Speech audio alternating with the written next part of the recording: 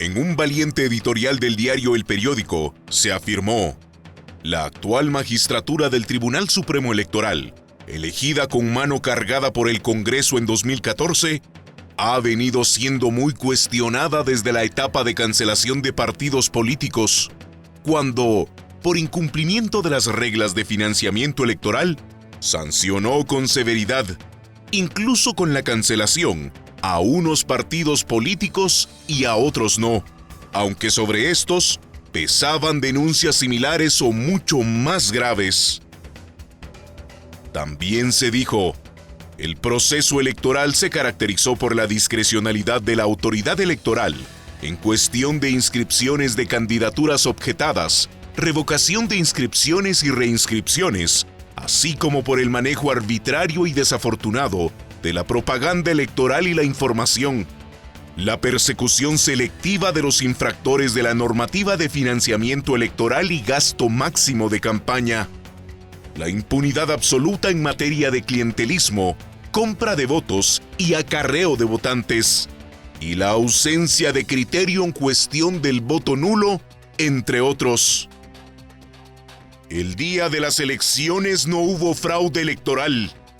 Lo que Guatemala sufre desde hace muchos años y demasiados gobiernos es un fraude estructural que afecta y distorsiona los procesos electorales y corrompe la democracia.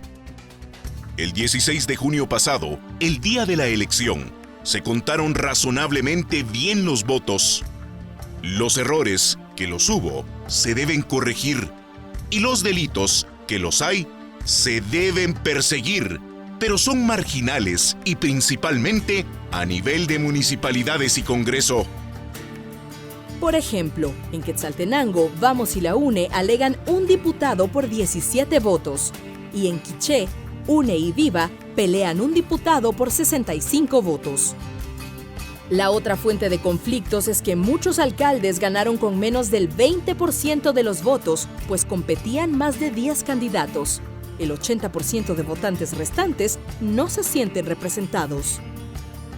El partido FCN, con el peor resultado de la historia para un partido oficial, y el partido chavista MLP, que solo logró una diputación y ninguna alcaldía, gritan fraude electoral. Se equivocan. En todo caso, el FCN es uno de los responsables del fraude estructural, y sus autoridades debieran enfrentar la justicia. Y el MLP debe trabajar desde el Congreso y, a pesar de sus defectos, con la democracia, para promover los cambios que la ley electoral necesita. La implosión que proponen para el sistema es más de la misma demagogia, donde la medicina resulta peor que la enfermedad. Es cierto que el crónico fraude estructural provoca un hijo bastardo que es el fraude electoral, pero este no sucede el día de la elección. Esta realidad impone mejorar la ley electoral y obliga a cortes y tribunales que hoy están en deuda con la democracia a que la respeten y la hagan respetar. Respetar la ley electoral y evitar que gobiernos corruptos y sin escrúpulos, como los de Portillo, Colom y Torres, Pérez Molina y Morales, sigan deformando la política y consolidándola como el monstruo con vida propia que tiene capturado al Estado, son el gran desafío de nuestra democracia. ¿Cuántos presidentes, alcaldes y diputados han llegado al poder o pretenden llegar con el uso y abuso de opacos programas clientelares, con fondos públicos y con dinero de la corrupción y el narcotráfico? Estos personajes no ganan elecciones, las compran. Y por eso, el Estado es botín. Ese chantaje a la democracia y el dinero sucio de la corrupción y el narcotráfico están haciendo de Guatemala un Estado criminal. Este es el fraude estructural que padece Guatemala desde que nació su democracia.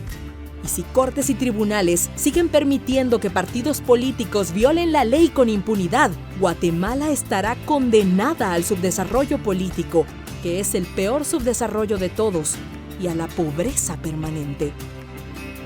Cuando el partido político de un candidato presidencial detenido en Estados Unidos por narcotráfico es la tercera fuerza política del Congreso y la segunda con más alcaldes en el país, se evidencia el fraude estructural.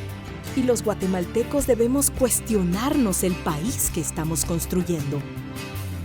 Cuando el partido que sacó más votos en la primera vuelta participa impunemente a pesar de que está señalado desde hace 8 años y 2 elecciones de financiamiento ilegal, y su candidata presidencial está acusada de asociación ilícita, queda claro quiénes son los responsables del fraude estructural.